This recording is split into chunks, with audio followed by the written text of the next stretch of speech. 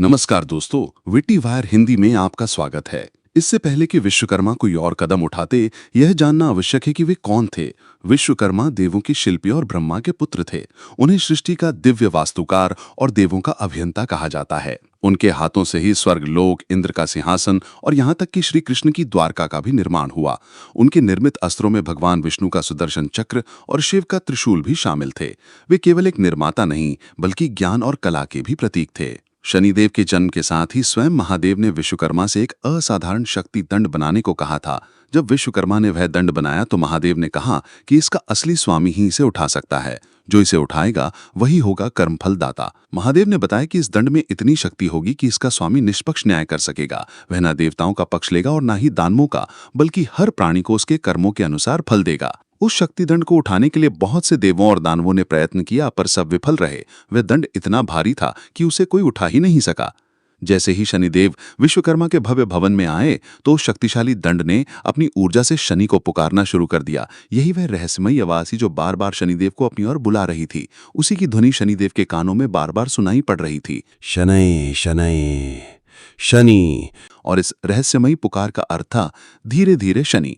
यह आवाज शनिदेव की धीमी गति से चलने और उनके न्याय को धीरे धीरे परंतु निश्चित रूप से देने के स्वभाव को दर्शा रही थी।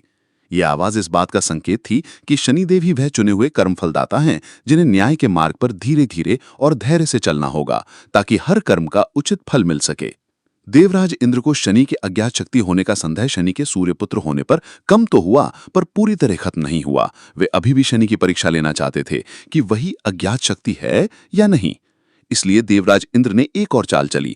उन्होंने शुक्राचार्य से एक शक्तिशाली दानव बनवाया और विश्वकर्मा के महल पर हमला करवाया, ताकि वह जान सकें कि यदि शनि वह दंड उठा लेते हैं तो यह साबित हो जाएगा कि वही न्याय के देवता हैं। लेकिन यदि वह नहीं उठा पाए तो देव विश्वकर्मा पर हमला करने के लिए सूर्यदेव के नेतृत्व में देवसेना असुरों का नाश कर देगी। जैसे ही देव विश्वकर्मा को देवी छाया का भेद पता चला, वह सूर्यदेव को बताने जाने लगे। तभी देवी छाया उनके सामने हाथ जोड़कर खड़ी हो गई और कहती हैं, देव ऐसा न करें। यदि आपने ऐसा किया तो मेरे 12 वर्षों का संघर्ष निष्फल हो जाएगा। आपकी पुत्री ने मुझे अपनी परछाई से उत्पन्न किया और छाया का कोई अस्तित्व नहीं होता। पर मैं एक माँ हूं। यदि संतान को अपनी माँ का सच कहीं और से पता चले तो संतान का हृदय टूट जाता है।